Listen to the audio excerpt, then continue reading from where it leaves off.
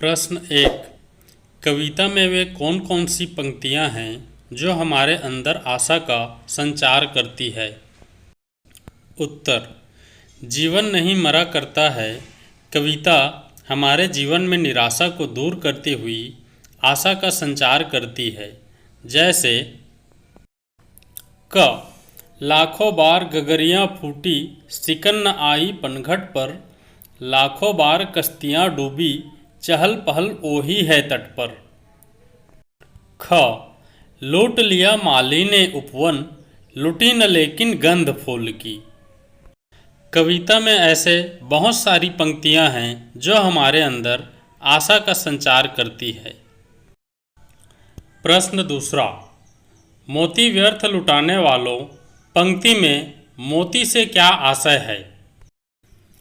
उत्तर।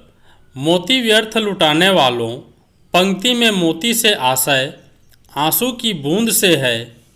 व्यर्थ में निराश होकर आंसू न बहाएं, अर्थात हमें विषम परिस्थितियों में भी मोती जैसे आंसू नहीं बहाना चाहिए, बल्कि उस परिस्थिति का सामना करना चाहिए। कवि ने मोती व्यर्थ लुटाने वालों पंक्ति में इस बात को स्पष्ट रूप से कहा है। प्रश्न 3।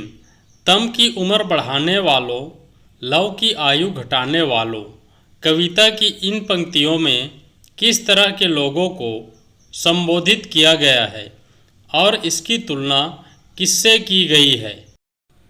उत्तर। कवि का तम की उम्र बढ़ाने वालों, लव की आयु घटाने वालों से अभिप्राय मनुष्य के जीवन में बाधा डालने वाले तत्वों, लोगों से है, जिसके कारण मनुष्य के जीवन में निराशा का संचार होता है और आशा रूपी प्रकाश घट सा जाता है। प्रश्न 4। लूट लिया माली ने उपवन, लुटी न लेकिन गंध फूल की कविता की इन पंक्तियों में कवि क्या संदेश देना चाह रहा है? अपने विचार लिखिए। उत्तर। माली बगीचे के फूल को तोड़कर ले जाता है, किंतु फूल तोड़ने पर भी फूल अपनी सुगंध नहीं छोड़ता। अर्थात इन पंक्तियों के माध्यम से कवि ने विपरीत परिस्थितियों में भी आशावादी होने का संदेश दिया है। प्रश्न 5। कविता के शीर्षक जीवन नहीं मरा करता है की उपयुक्तता पर अपने विचार लिखिए। उत्तर। जीवन नहीं मरा करता है नीरज जी की कविता का शीर्षक सर्वथा उपयुक्त है। कविता में कवि ने सार्वभौमिक उदाहरण एवं प्रतीकात्मक भाषा के माध्यम से सफलता एवं विपरीत परिस्थितियों में निराशा से परे रहकर सदा आशावादी होने का संदेश दिया है। इसलिए हमेशा हमें आशावादी होना चाहिए, निराशावादी नहीं होना चाहिए।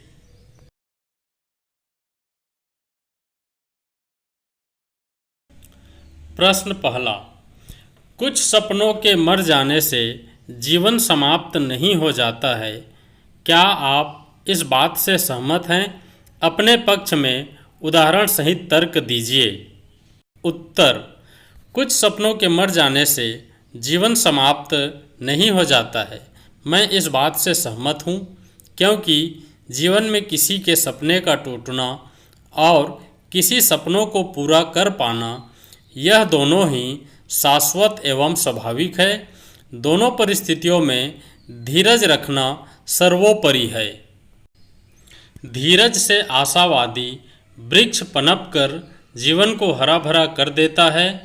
किसी के सपने टूटने से जीवन समाप्त नहीं हो जाता, अपितु यह जीवन में सीख देता है, प्रयास में रह गई कमियों को दूर करने एवं बेहतर सफलता हेतु यह एक अवसर समान होती है। इसलिए हमें निराशावादी नहीं होना चाहिए। प्रश्न 2। अपने या अपने आसपास के लोगों के जीवन की कुछ ऐसी घटनाओं का वर्णन कीजिए जिसके घटित होने पर भी जीवन का बेहद परिदृश्य प्रभावित नहीं होते। उत्तर। मेरे पड़ोस में अमित नाम का एक लड़का रहता था। वह बहुत ही गरीब था, जिसे विद्यालय की फीस देने के लिए बाहर काम करना पड़ता था। उसमें पढ़ाई की ललक थी और उसका लक्ष्य था कि वह अधिकारी बने। उसने हार नहीं मानी। जब जब प्रतियोगी परीक्षा होती तब वह परीक्षा देने के लिए कर्ज लेकर फॉर्म भरता था। एक दिन उसकी लक्ष्य की प्राप्ति हुई और वह आज एक अधिकारी के पद पर नियुक्त है। उसने हार नहीं मानी, अपने लक्ष्य प्राप्ति के लिए लगन के साथ मेहनत करते रहे। पाठ के अंत से पर्यायवाची शब्द। अश्रु, अश्रु का पर्यायवाची शब्द आंसू। व्यर्थ, व्यर्थ का पर्यायवाची शब्द बेकार। नयन का आँख, चंद का चांद, कश्ती का नाव, तम का अंधेरा, उपवन का बगीचा, कोशिश का प्रयास। तो ये पाठ के अंत से पर्यायवाची शब्द मैंने आपको बता दिया।